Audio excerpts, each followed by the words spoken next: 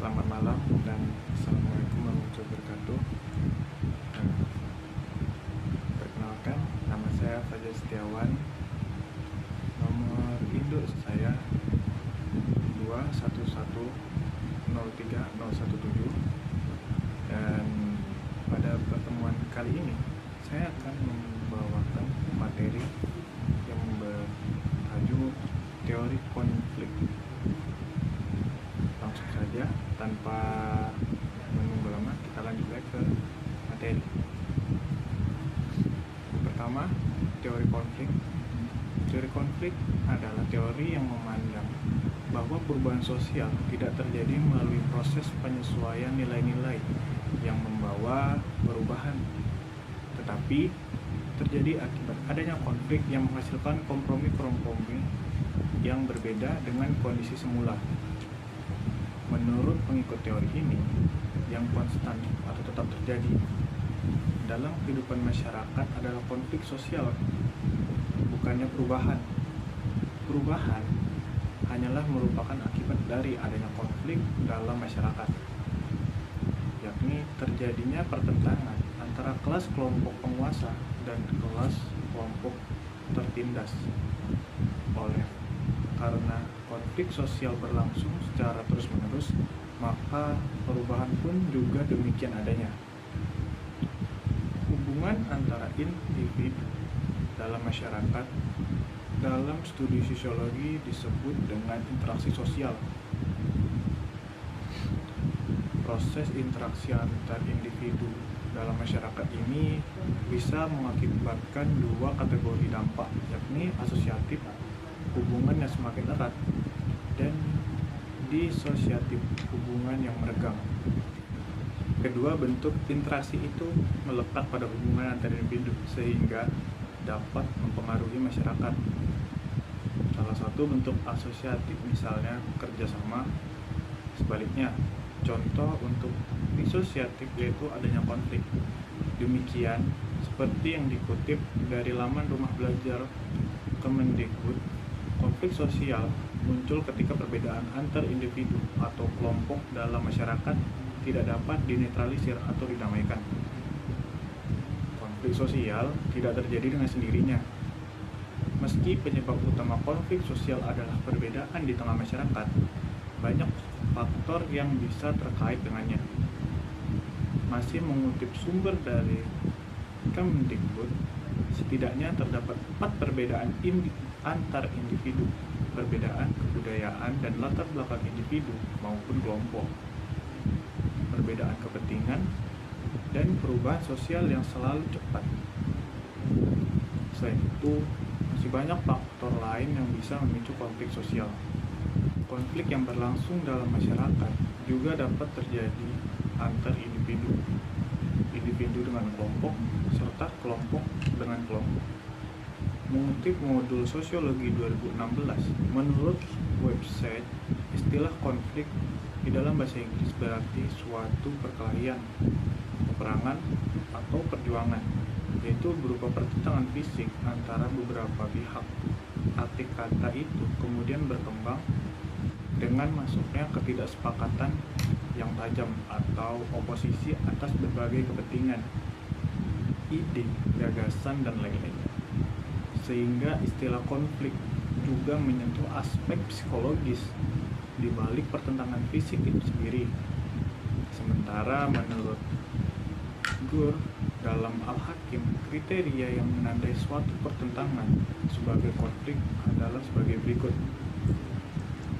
Yang pertama, ada sebuah konflik harus melibatkan dua pihak atau lebih di dalamnya. Lalu yang kedua, pihak-pihak tersebut saling tarik-menarik dalam aksi saling bermusuhan, mutually opposing action. Lalu yang ketiga, mereka biasanya cenderung menjalankan perilaku kohesif untuk menghadapi dan menghancurkan musuh. Lalu yang keempat, ada interaksi bertentangan di antara pihak-pihak itu berada dalam keadaan yang tegas. Karena itu, keberadaan peristiwa pertentangan dapat dideskripsikan dengan mudah oleh para pengamat sosial yang tidak terlibat dalam pertentangan. selanjutnya ada teori konflik dalam sosiologi. Dalam studi sosiologi, konflik sosial mendapatkan perhatian besar dan memunculkan apa yang disebut teori konflik. Berikut contoh teori-teori konflik menurut sejumlah ahli sosiologi yang dirangkum dari berbagai sumber, termasuk modul pembelajaran terbitan Kemdikbud. Yang pertama ada teori konflik Karl Marx. Karl Marx seringkali menjadi tokoh utama dalam berbagai pembahasan terkait teori konflik sosial. Karl memandang teori konflik sebagai suatu bentuk pertentangan kelas. Dari sudut pandang itu, ia memperkenalkan konsep struktur kelas di masyarakat. Teori Marx melihat masyarakat sebagai arena ketimpangan yang dapat memicu konflik dan perubahan sosial. Marx menilai konflik di masyarakat berkaitan dengan adanya kelompok yang berkuasa dan dikuasai. Di teori Marx, konflik kelas dipicu oleh pertentangan kepentingan ekonomi. Selain itu, setidaknya ada 4 konsep dasar dalam teori ini. Yang pertama ada struktur kelas di masyarakat. Kedua, kepentingan ekonomi yang saling bertentangan di antara kelas yang berbeda. Lalu adanya pengaruh besar dilihat dari kelas ekonomi terhadap gaya hidup seseorang. Dan yang terakhir, adanya pengaruh dari konflik kelas terhadap perubahan struktur sosial. Mengutip penjelasan Novi Susan dalam buku Sosiologi Konflik, Teori-teori dan Analisis tahun 2009 halaman 22, pertentangan kelas menurut Marx dipicu oleh perbedaan akses terhadap sumber kekuasaan, yakni modal. Dalam masyarakat kapitalis, hal itu menciptakan 2 kelas yang saling bertentangan, yakni bourgeois dan proletariat. Lalu selanjutnya ada teori konflik menurut Lewis A. Coulter. Lewis menilai konflik memiliki fungsi positif jika bisa dikelola dan diekspresikan sewajarnya. Sosiologi konflik Lewis mempengaruhi sosiologi konflik pragmatis atau multidisipliner yang digunakan untuk mengelola konflik dalam perusahaan maupun organisasi modern lainnya. Teori konflik menurut Lewis memandang sistem sosial bersifat fungsional. Menurut Lewis, konflik tidak selalu memiliki sifat negatif. Konflik juga dapat mempererat hubungan antar individu dalam suatu kelompok.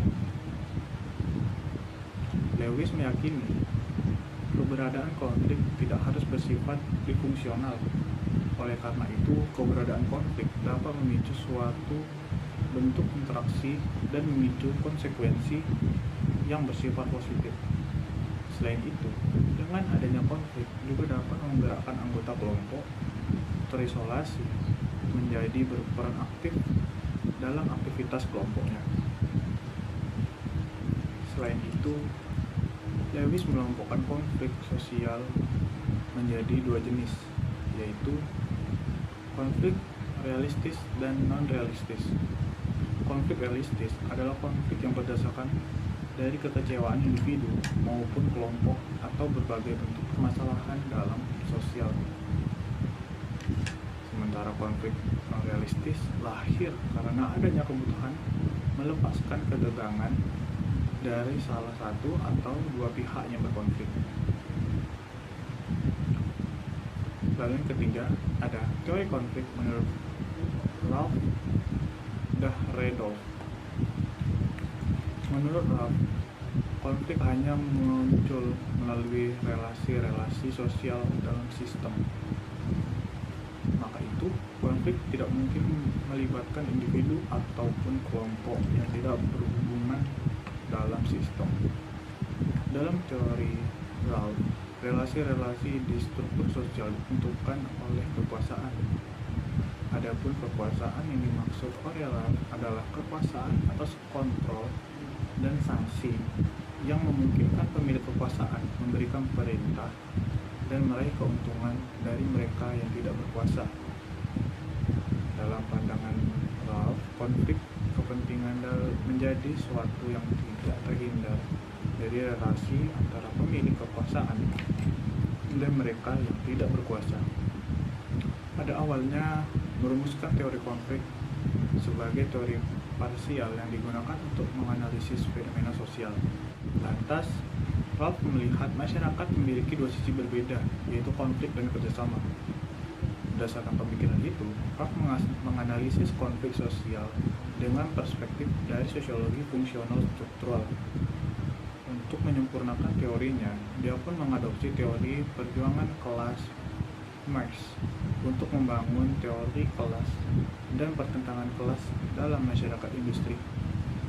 Ralph mengaitkan pemikiran fungsional mengenai struktur dan fungsi masyarakat dengan teori konflik antar kelas sosial. Selain itu, Ralph tidak memandang masyarakat sebagai suatu hal yang statis, melainkan bisa berubah oleh adanya konflik sosial. Sekian, mungkin itu saja yang dapat saya sampaikan. Terima kasih sudah meluangkan waktunya untuk melihat video ini. Sekian dari saya. Terkurangnya saya mohon maaf.